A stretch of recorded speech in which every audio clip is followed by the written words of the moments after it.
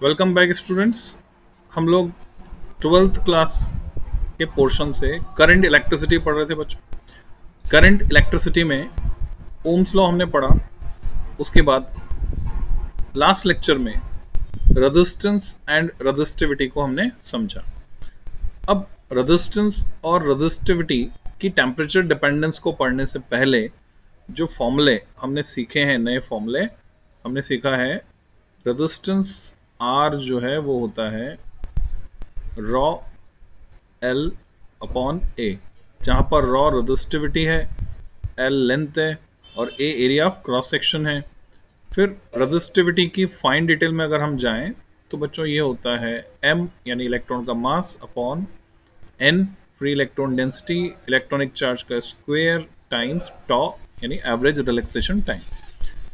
तो हम चाहें तो रेजिस्टिविटी को ऐसे लिख सकते हैं rho equal to R A by L, जो पहले फॉर्मेट है फॉर्मूले का, उसके बेसिस पर साथ साथ में लास्ट लेक्चर में मैंने आपको समझा दिया था कि ये फॉर्मूला आप केवल तभी इस्तेमाल कर सकते हैं, या ये फॉर्मूला हमें रेजिस्टिविटी में चेंज निकालना है तो उसके लिए हमें इस्तेमाल नहीं करना है। यानी रेजिस्टिविटी में चेंज निकालने के लिए हम इसको यूज़ नहीं करेंगे। हाँ, रेजिस्टिविटी को डिफाइन करना है तो उसके लिए हम इसको यूज़ करेंगे, क्योंकि लेंथ या एरिया ऑफ क्रॉस सेक्शन जब चेंज होता है तो रेजिस्टेंस भी अकॉर्डिंगली इस तरह से चेंज होता है कि वो इफेक्ट कंपेंसेट हो जाता है।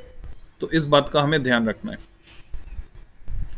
तो अब जो कुछ क्वेश्चन बनते हैं, पूरी कैटेगरी है बच्चों क्वेश्चन की, पूरी ये बोले सीरीज या पूरा परिवार है सवालों का, जिसमें आपसे कहते हैं कि लेंथ को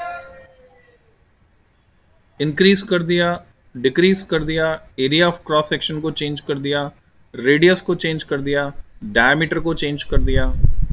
ऐसा हम वायर को पिघला के भी कर सकते हैं, वॉल्यूम सेम रखते हुए, एक्स्ट्रा मटेरियल ऐड करके भी कर सकते हैं। लेंथ को खींच कर भी लंबा किया जा सकता है। खींच कर लंबा कर रहे हैं, वॉल्यूम फिक्स है बच्चों उसका, अगर खींच के लंबा कर रहे हैं तो area of cross section automatically कम हो जाएगा। तो ये कुछ फाइन डिटेल्स हैं जिनको समझते हुए हमें डील करना है इस तरह के क्वेश्चंस को। तो वो जितने न्यूमेरिकल क्वेश्चंस हैं मैं उनको कंबाइन कर दे रहा हूँ सिंगल थ्योरेटिकल क्वेश्चन में। तो हमारे पास एक्चुअल में एक फॉर्मूला आ जाएगा और उस फॉर्मूले को उन पर्टिकुलर सिचुएशन में लगाकर हम रिजल्ट निकाल पाएंगे बच्चों। So let's start with the question. Suppose जो क्वेश्चन आपसे पूछा गया है, अगर वो कहते हैं कि हमने लेंथ को डबल कर दिया। अब लेंथ को डबल कैसे किया? एक्स्ट्रा लेंथ जोड़कर, यानी तार की लंबाई पहले 1 मीटर थी, उसका रेजिस्टेंस था आर, रेजिस्टिविटी थी रॉ, उसी मटेरियल का तार हमने और जोड़कर उसकी लंबाई को कर दिया 12। तो बताओ नई रेजिस्टिविटी और नया रेजिस्टेंस कितना हो जाएगा?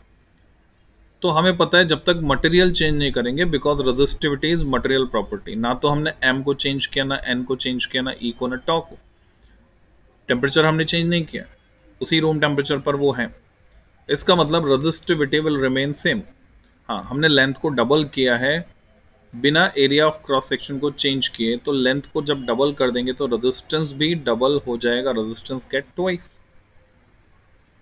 लेंथ को आधा कर देंगे तो आधा हो जाएगा। आपसे कहते हैं खींच कर लंबा किया है, खींच कर लंबा किया है तो लेंथ डबल होगी। मटेरियल उतना का उतना ही है, वॉल्यूम फिक्स है। वॉल्यूम फिक्स है तो अब पिक्चर में एक फॉर्मूला और आ जाता है, नया volume V dash equal to पुराना वॉल्यूम वी, यानी नया area of cross section A dash into length, क्योंकि हम वायर को क्या मान के चल रहे हैं बच्चों? सिलेंड्रिकल मान के चल रहे हैं, इक्वल टू पुराना area of cross section into पुरानी लेंथ। तो यहां से एल डैश अपॉन एल की वैल्यू अगर मैं निकालता हूं तो एल डैश अपॉन एल की वैल्यू मुझे मिलती है ए upon A dash.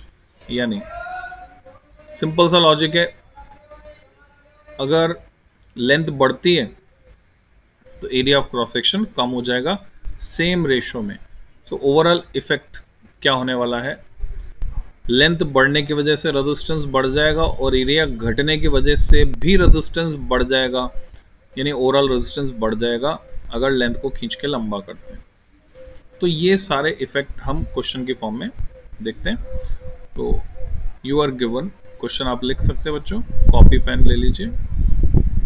You are given, आपको दिया गया है एक रेजिस्टेंस, गिवन ए वायर, एक तार दिया गया है जिसका रेजिस्टेंस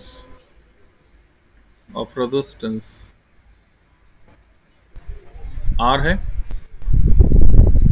और रेजिस्टिविटी रॉ है, एंड रेजिस्टिविटी जिसको हम स्पेसिफिक रेजिस्टेंस भी कहते हैं, जिसको हम ओम मीटर में नापते हैं, रेजिस्टिविटी रॉ।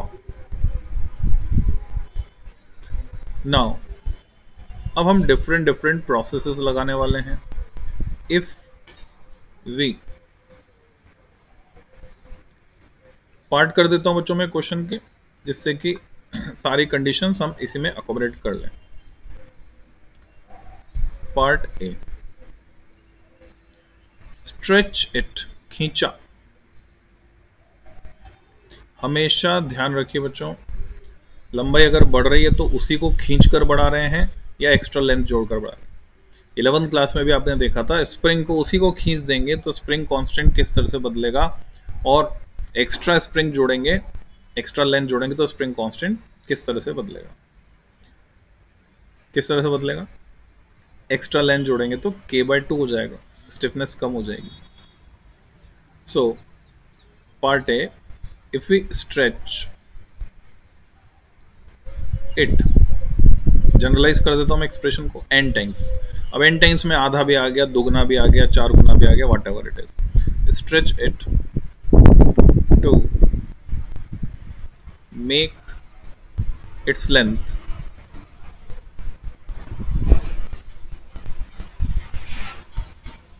n टाइम्स, छोटा n टाइम्स।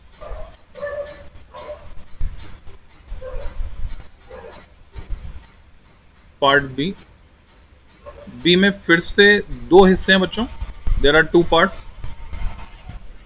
तो वो किस तरह से हैं? हमने क्या किया, इस तार को लेकर पिघलाया, मेल्ट किया, मेल्ट करने के बाद रीकास्ट किया, दोबारा से बनाया। जो तार बनाने का प्रोसेस होता है उसको बोलते हैं ड्राइंग प्रोसेस, खींच के बनाया जाता है बच्चों, खींचते हैं, ड्राइंग बोलते हैं। सो वी मेल्टेड, पिघला दिया, एंड रीकास्टेड, दोबारा से बनाया, पिघला के दोबारा से बनाया। ऐसा करने पर क्या हुआ? सो दैट हमें एरिया ऑफ क्रॉस सेक्शन का इफेक्ट भी देखना है और हमें रेडियस का इफेक्ट भी देखना है, सो दैट इट्स, अब एरिया ऑफ क्रॉस सेक्शन कम भी कर सकते हैं पतला तार बनाएंगे तो, और बढ़ा भी सकते हैं अगर मोटा तार बनाएंगे तो। It's area of cross section, जो कि सर्कुलर है definitely, cross section is made, उसको हमने कर दिया है कितना, m for monkey, m times. और इसी का सेकेंड पार्ट ये हो सकता है कि हमने रेडियस की टर्म्स में बात की, इट्स रेडियस, हालांकि एरिया ऑफ क्रॉस सेक्शन और रेडियस में रिलेशन होगा, एरिया ए होगा πr²। इस रेडियस इज मेड, हमने उसको दोबारा इस तरह से बनाया कि उसकी जो त्रिज्या है, रेडियस है, मेड p फॉर पैरट, तोता, p टाइम्स, p गुना कर दी गई। देन तो पता लगाओ, सीबीआई वाले हो आप, सीआईडी वाले, पता लगाओ। देन फाइंड, क्या पता लगाना है? ये जो नया तार अब हमें मिला है, new wire, find the resistance, उसका रेजिस्टेंस भी निकालना है, और एंड रेजिस्टिविटी, रेजिस्टिविटी भी पता करनी है बच्चों, resistivity of wire so formed, new wire भी लिख सकते थे, इस तरह से जो नया तार बन गया, wires of form in each case, हर परिस्थिति में, इन ईच केस। तो ये हमें पता लगाना है। तो बच्चों वीडियो पॉज करके आप ट्राई कर लीजिए, फॉर्मूला निकाल लीजिए। जिनको आता है बहुत अच्छी बात है, रिवीजन उनका हो जाएगा। जिनको नहीं आता है पर जानकारी है फॉर्मूले की, उनको कॉन्फिडेंस बनेगा कि हाँ हम कर सकते हैं, खुद सोच सकते हैं। जो भी प्रोसेस है वो दिमाग से सोच लिया अगर आपने, तो आपका कॉन्फिडेंस बढ़ जाएगा। और जिनको बिल्कुल कुछ नहीं आता है वो एक कोशिश करेंगे तो बहुत अच्छा रहेगा। मैं मोस्ट एप्रोप्रिएट सॉल्यूशन जो शॉर्टेस्ट फॉर्म है वो मैं डिस्कस करने जा रहा हूँ। So here is the solution. तो बच्चों पहला केस अगर हम देखें, उसको देखने से पहले हम क्या करते हैं, जनरल इक्वेशन फॉर्म कर लेते हैं। हमें पता है क्या करना है, रेजिस्टेंस और रेजिस्टिविटी नई वाली। हम देख रहे हैं हर केस में, चाहे वायर को पिघलाया हो चाहे वायर को खींचा हो, वायर सेम रूम टेम्परेचर पर है, यानी टेम्परेचर में कोई चेंज नहीं आएगा फाइनल कंडीशन में। बीच में आ सकता है, जब खींचा उस दौरान टेम्परेचर बढ़ सकता है, जब पिघलाया उस दौरान बढ़ सकता है, पर फाइनली टेम्परेचर उतना ही है स्टेडी स्टेट सिचुएशन में। इसका मतलब जब हम मटेरियल और टेम्परेचर दोनों को चेंज नहीं कर रहे हैं, स्ट्रेस का फैक्टर हम 12th लेवल पे डील नहीं करते, प्रेशर या स्ट्रेस का फैक्टर हम 12th लेवल पे डील नहीं करते। हालांकि रेजिस्टिविटी प्रेशर पर भी डिपेंड करती है। तो यहाँ हम इन फैक्टर्स को चेंज नहीं कर रहे हैं, रेजिस्टिविटी विल रिमेन सेम। तो पहला जवाब तो ये हमारा, इन ईच केस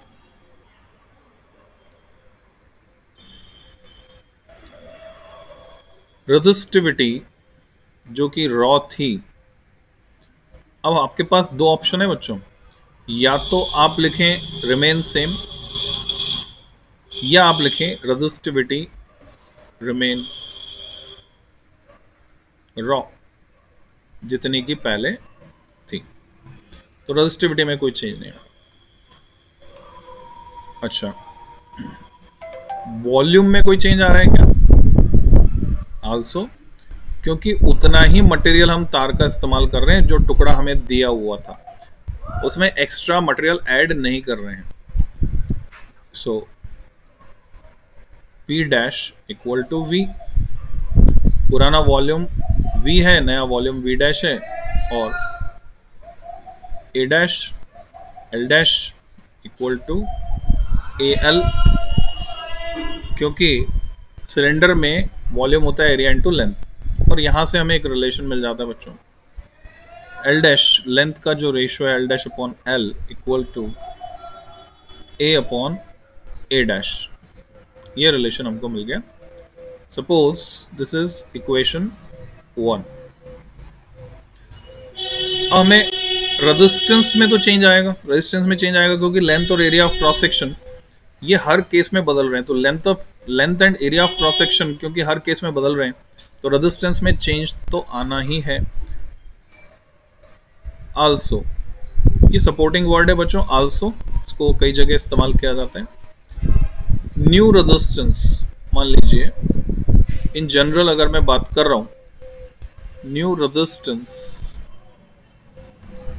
अगर मैं उसको R डैश से दिखाता हूं तो मैं लिख पाऊंगा R dash equal to rho L dash upon A dash, क्योंकि रेजिस्टिविटी में चेंज नहीं। एंड ओल्ड रेजिस्टेंस कितना था? ओल्ड रेजिस्टेंस था रॉ पुरानी लेंथ L अपॉन A। माना कि यह है इक्वेशन स्मॉल a, यह है इक्वेशन स्मॉल b। अब मैं अगर नए रेजिस्टेंस को पुराने रेजिस्टेंस की टर्म्स में एक्सप्रेस करना चाहता हूं तो मैं कैसे लिखूंगा? रेशियो ले लूंगा, टेकिंग रेशियो। तो मैंने रेशियो लिया R dash upon R, raw से रॉ कट गया बच्चों, ये मुझे मिलता है L dash upon L into A upon A dash. और इसको मैं फॉर्मेट चेंज करके ऐसे लिखना पसंद करता हूं, R dash equal to R times L dash upon L into A upon A dash. This is equation number 2। तो ये सब प्री रिक्विसाइट था, यानी इस क्वेश्चन को सॉल्व करने के लिए हमने ये इक्वेशंस बना ली। अब चलते हैं हम पार्ट 1 पे। So here is first part, A part. Given क्या दिया गया है हमको? तो बच्चों हमको दिया गया है कि नई लेंथ एल डैश वो है पुरानी लेंथ की n गुना, और खींचकर लेंथ बढ़ाई गई है। That is L dash upon L की वैल्यू हमारे पास है और वो है n। अब मैं अगर इक्वेशन 2 यूज करता हूं और साथ ही साथ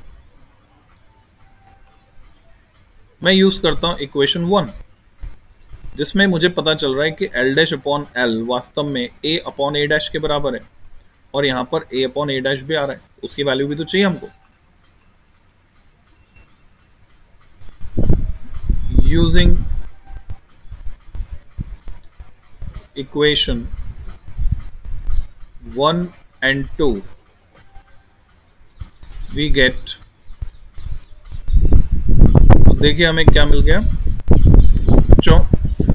हमें मिलता है R dash equal to R times L dash upon L की जगह एन और ए अपॉन ए डैश की जगह भी एन।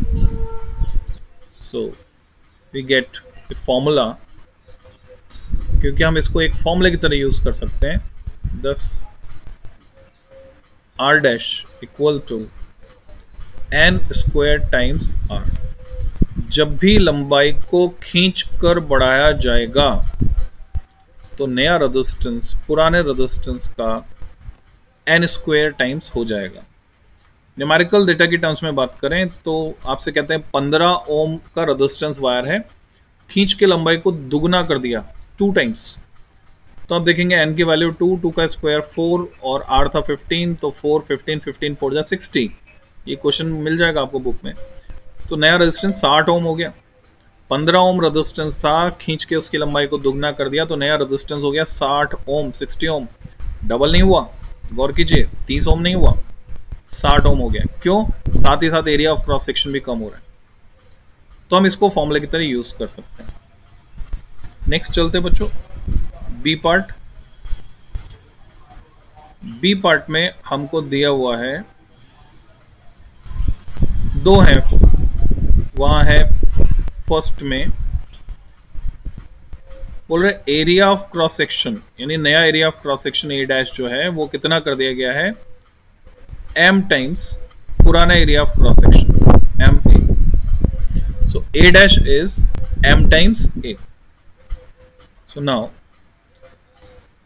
मैं क्या लिख सकता हूं, यहां से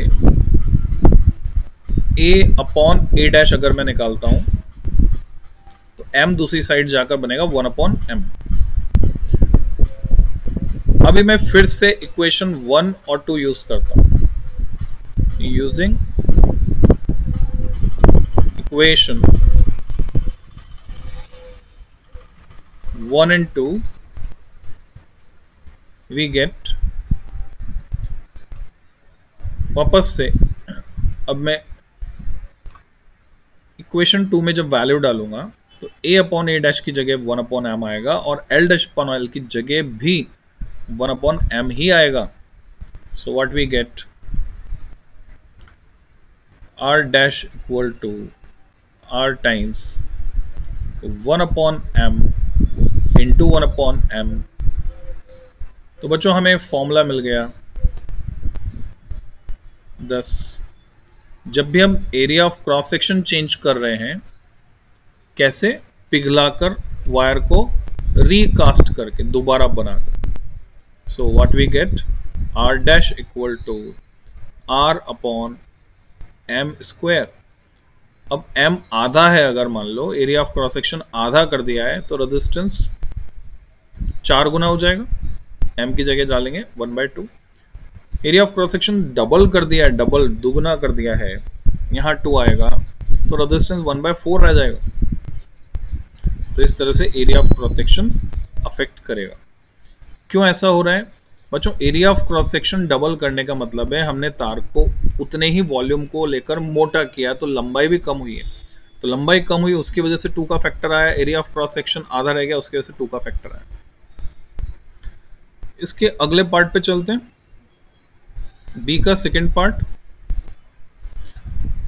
ये लिखना जरूरी है बच्चों, कॉपी में लिखेंगे तभी आप देख सकते हैं ना, यहाँ पे आपको नहीं दिखेगा, आपने कॉपी में जो लिखा हुआ उसमें आपको दिख रहा होगा सेकेंड पार्ट ऑफ बी। और लिखना वैसे भी प्रैक्टिस के लिए जरूरी है, जितना लिख सके उतना अच्छा है बच्चों। रेडियस नहीं, रेडियस, रेडियस को मैं दिखा रहा हूँ स्मॉल आर से, उसको हमने कर दिया है p times the old radius. उसका इम्पैक्ट क्या आने वाला है एरिया ऑफ क्रॉस सेक्शन पे? क्योंकि area of cross section A pi R square है बच्चों। यहां ये भी हो सकता था कि रेडियस की जगह आपको डायमीटर की टर्म्स में बोला जाता, तो भी सिमिलर इफेक्ट आता। अंतर क्या होता है बस 2r यहां पे लिख सकते हैं, या यहां पे डायमीटर d की जगह r/2 लिख सकते हैं। सो पाई आर स्क्वायर, तो यहां पर मैं एरिया में रिलेशन निकालूंगा अगर, तो मैं लिख पाऊंगा नया एरिया पुराने एरिया का, क्योंकि जब मैं r की जगह लिखूंगा पी आर, तो पी स्क्वायर आर स्क्वायर आएगा। तो बच्चों यहाँ पी स्क्वायर का फैक्टर आएगा, और यहां से मुझे वैल्यू मिल जाएगी a/a' बराबर पी स्क्वायर। अब मैं क्या करूंगा, इक्वेशन 1 और 2 को यूज करने के बजाय ऊपर ये रिजल्ट है मेरे पास ऑलरेडी कि एरिया ऑफ क्रॉस सेक्शन को अगर m गुना कर दिया जाता है, तो यहां हम देख रहे हैं एरिया ऑफ क्रॉस सेक्शन को कितने गुना कर दिया गया है, p स्क्वायर गुना, यानी m किसके बराबर है, p के बराबर है। तो मैं सीधे m की वैल्यू यहां पे रखूंगा p, और रिजल्ट मेरे पास आ जाएगा नया रेजिस्टेंस r' जो कि हो जाएगा r/m स्क्वायर, जहां m की जगह मुझे लिखना है p का स्क्वायर, बिकॉज m की जगह p का स्क्वायर है और उसका एक और square. So what we get r/p4, p⁴ so this is the result. तो ये इफेक्ट्स होते हैं, हमने देखा लंबाई बढ़ाने का, खींचकर area of cross section change करने का, रेडियस चेंज करने। क्वेश्चन कैसे बनते हैं और कुछ special question based on this formula, जैसे आपसे पूछ लिया जाता है परसेंटेज में कई बार, तो अगर परसेंटेज में क्वेश्चन पूछ लिया गया तो कैसे सॉल्व करेंगे, let's see it.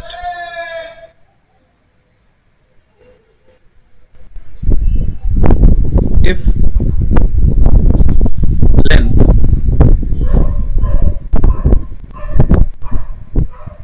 of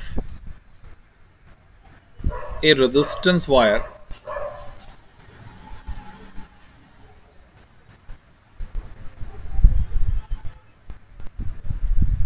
is increased, बढ़ा दिया हमने, by 10%, 10% से बढ़ा दिया। अब ये खींचकर भी बढ़ा सकते हैं, एक्स्ट्रा लेंथ जोड़कर भी, तो यहां पर वो डेटा होना चाहिए क्वेश्चन में, by stretching it।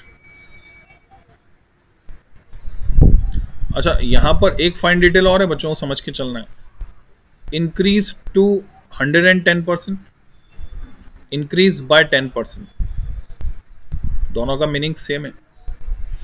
Increase by 10% by stretching it,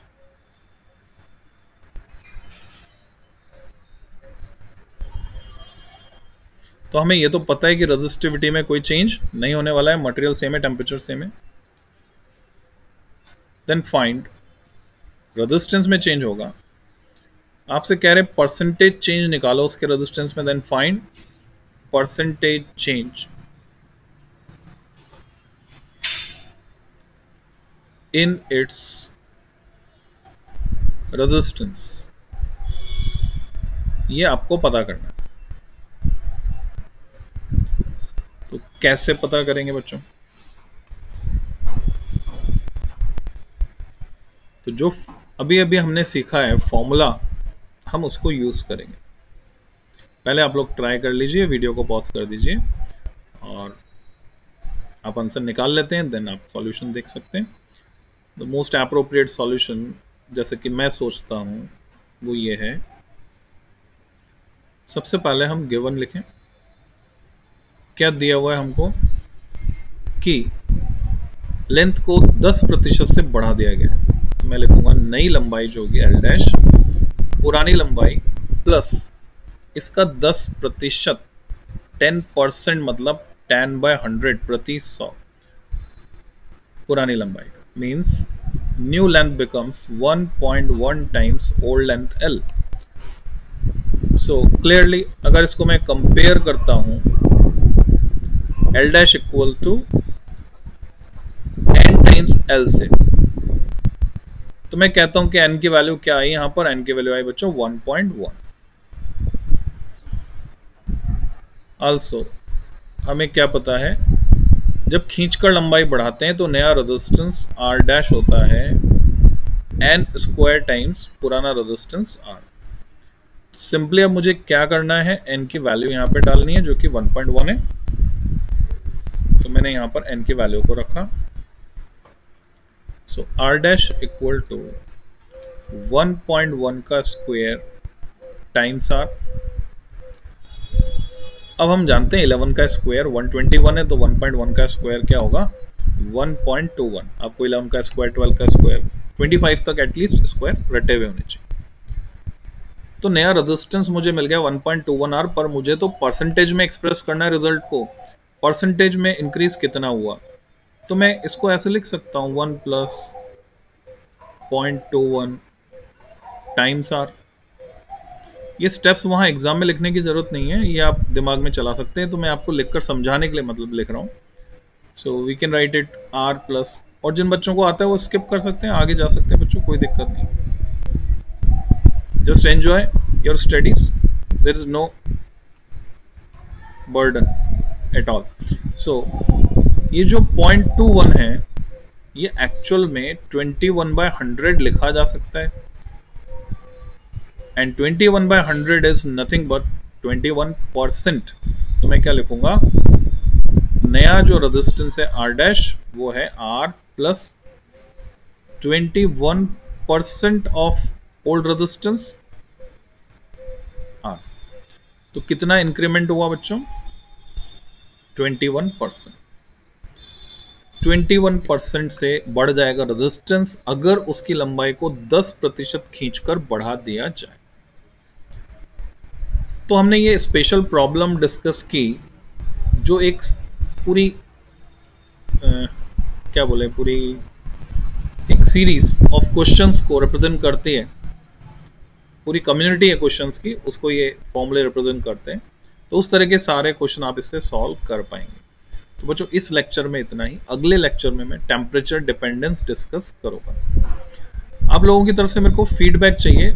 ये जो साउंड्स पीछे आ रही हैं ये तो चलो ठीक है, बैकग्राउंड साउंड्स, मैं टाइमिंग अपने ऐसा चूज करूंगा रिकॉर्डिंग का कि वो आवाजें आना तो बंद हो जाएंगी। पर कंपेयर कीजिए दो मोड में, एक तो ये वाला मोड है कि मैंने सॉफ्टवेयर वाला बोर्ड यूज किया है, और दूसरा मोड जब मैं बोर्ड पर लिखता हूं। Which one you find better to understand and provide your feedback through comments in YouTube. तो जो वीडियो आप देख रहे हैं तो कमेंट्स के थ्रू मुझे बताएं जरूर। आप चाहें तो व्हाट्सएप पर मुझे कमेंट करके बताएं कि किस में आप ज़्यादा कंफर्टेबल है, अकॉर्डिंगली आगे के वीडियो में वैसे ही प्लान करने की कोशिश करूंगा। सो मेजोरिटी विंस, जो भी आपका फीडबैक होगा, डेमोक्रेसी हमारे भारत में अभी तक तो है। तो मिलते हैं बच्चों नेक्स्ट वीडियो में। फ़ोन नंबर है मेरा 9414489614, इस पर आप व्हाट्सएप करके बता सकते हैं। Thank you, happy learning.